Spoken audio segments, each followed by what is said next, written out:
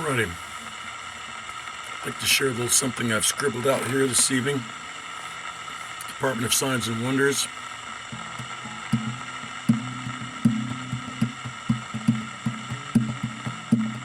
The topic, the broader phenomenon.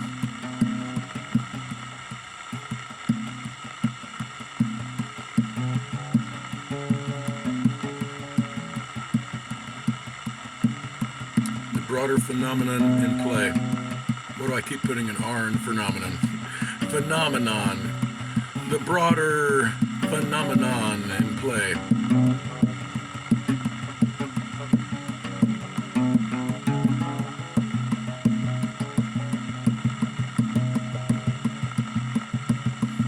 Okay.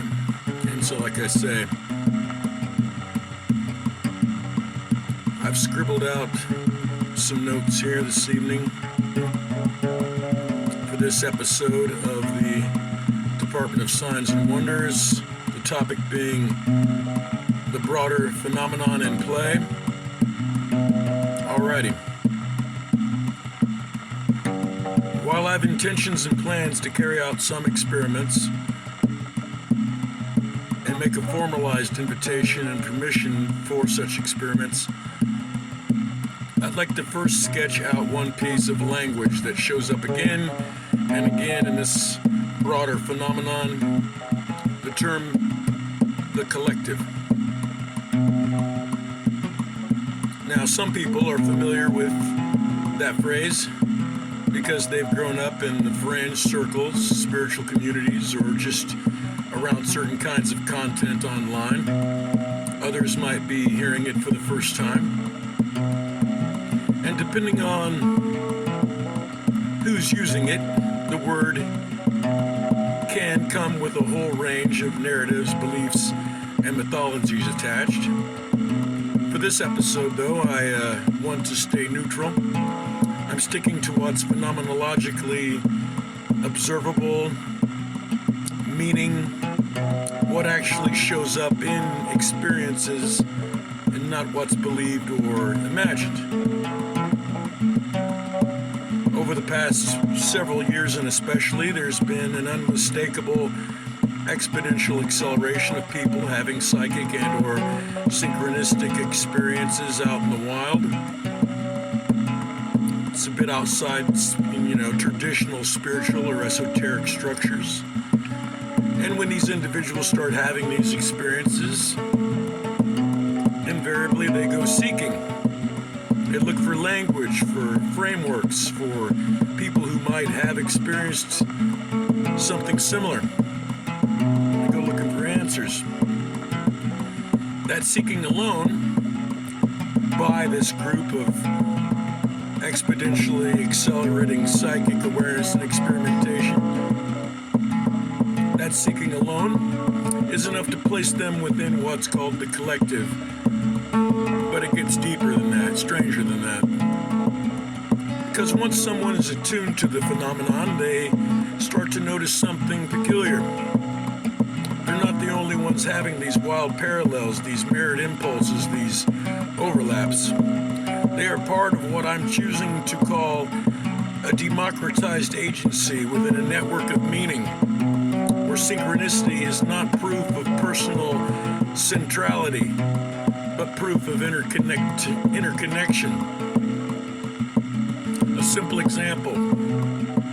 Let's say a seeker clicks on a video from a gifted psychic channeler, someone who says they are speaking to or for the collective. As the seeker listens, they instinctively, impulsively apply lip balm to their lips. Meanwhile, in the video, the channeler abruptly pauses her message in mid-flow to look into the camera and ask, "Who's putting on lip balm? Why am I suddenly tasting lip balm?" And in that moment, the seeker might think, this message is specifically for me. I'm the one this channeler is talking to. I must be the main character. But then, the seeker,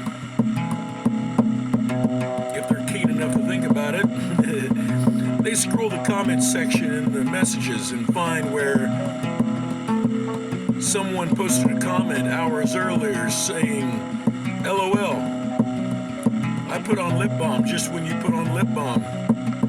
Wow, thank you.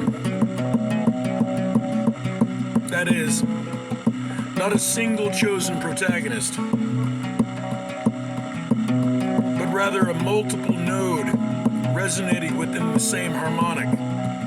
It's holographic.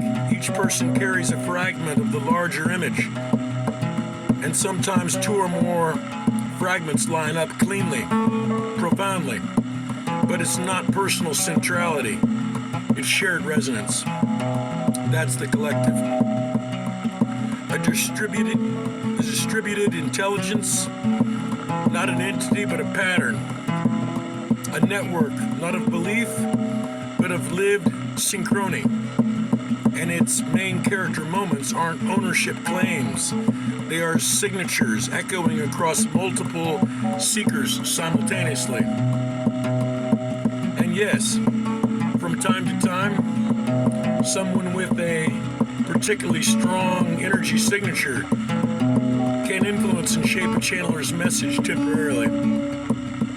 But even then, that doesn't mean the channeler knows who the seeker is. Many channelers stay quite intentionally neutral about that sort of thing, if just because, frankly, many seekers can become impulsive or over-identify with their own perceptual role amid the collective.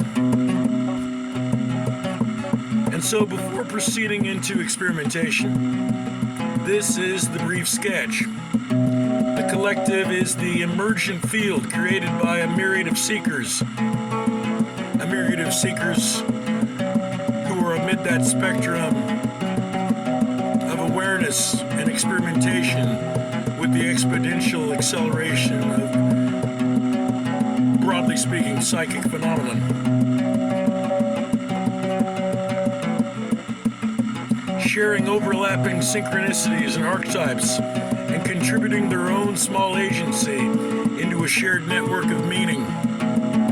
Not a hierarchy, not a priesthood, not a chosen few, just people awakening to the same phenomenon from differing angles and discovering, often by surprise, that they are not alone in it.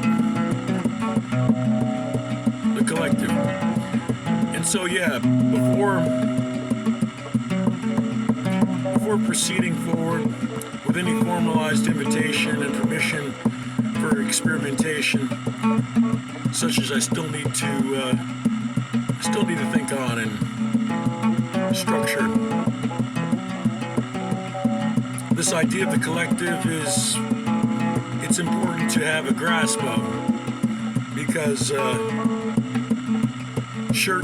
almost certainly, if one takes up the invitation to experiment, such as I will invite, they are effectively a part of the collective. And that's about it for tonight.